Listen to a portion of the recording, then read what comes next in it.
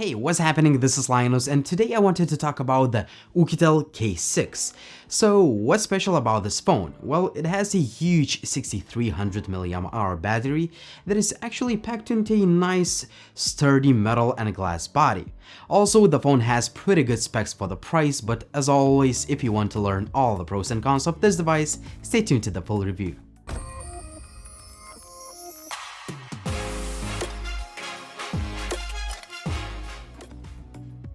The phone ships with all the usual items, and some extras include USB OTG cable, and this functionality works well. Also, there is a headset jack adapter and a simple yet effective soft TPU case. So let's talk about the design.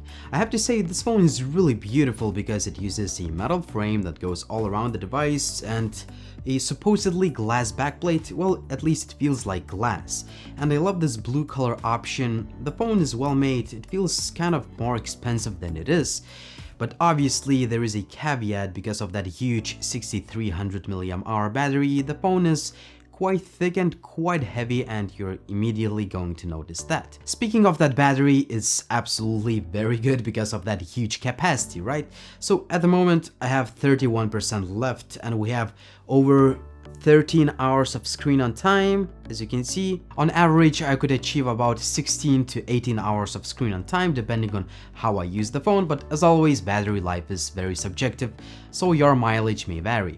You can charge the battery in about 2.5 hours with a supplied fast charger, which is a very good result, but a bummer is that the phone uses a longer USB Type-C connector, so if you want to use other USB Type-C cables you have, they are not going to fit, which is again a bummer. You need to use the supplied cable, which has a longer USB Type-C connector.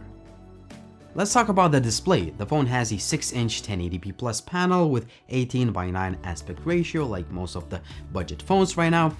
And that panel is actually pretty good. I found it to be pretty sharp and pretty good overall, both in indoors and outdoors, so I have no complaints. As far as optics go, we have dual camera setup on the back and on the front. Also on the front we have a LED notification light and LED flash for night selfies. On the bottom, as you can see, we do not have a headphone jack. That's why you need to use the supplied adapter, and the sound quality via that supplied adapter is quite decent, not the best but quite good for a budget phone. And as far as loudspeaker goes, it's kind of mediocre like on most of budget devices, and here's the audio sample.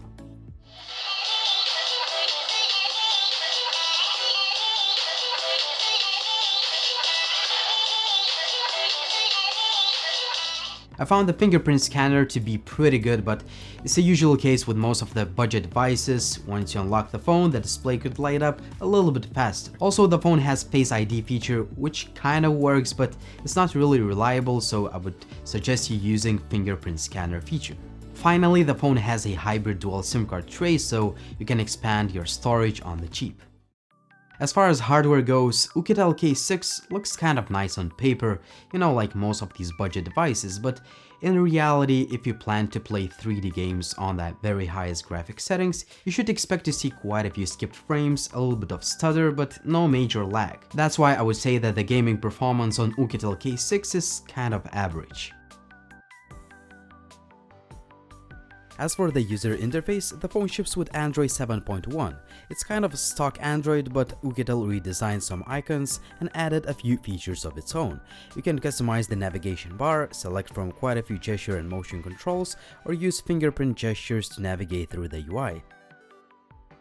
The overall performance of the UI is pretty good as the phone does not lag or stutter. Also, you can switch from one app to another quickly as they stay in the memory thanks to 6GB of RAM. The overall image quality does not really impress. Sure, it's a budget phone, but I wish pictures had more detail and sharpness. I was also disappointed by the fake bokeh effect. Most of the selfies came out soft and night image quality is kind of bad. 1080p video is actually quite decent overall. Selfie video may not be the best, but it may do the trick for video chats. As far as connectivity goes, I would say that the Oukitel K6 is pretty good phone. I found the call quality to be, it's not the best, but it's quite decent for a budget device. I didn't have any signal reception issues. Also, I found GPS to be pretty accurate, Bluetooth works fine, and I didn't have any Wi-Fi issues. Finally, the device has quite a few sensors, including a gyroscope, so if you plan to use the device for 360 content or VR content, this device is gonna work for you. Overall, the Oukitel K6 is for those who are looking for a nice looking device that has a huge battery. I also like the device for its day-to-day performance and a pretty nice looking display. However, cameras do not impress and the phone may struggle handling 3D games like most of budget devices. Finally, the Oukitel K6 lacks a headset jack. At the end of the day, the Oukitel K6 offers quite a lot of value for the price, but at the same time there are a few shortcomings to consider. Well, that's the case with most of the budget phones. I hope you guys found my summary of pros and cons of the Oukitel K6 useful, and as always, if you liked the video, please hit the like button, subscribe to the channel for more content like this, and drop me a comment down below and let me guys know what you think about this device and what's your favorite big battery device. As always, thank you for watching and talk to you guys soon.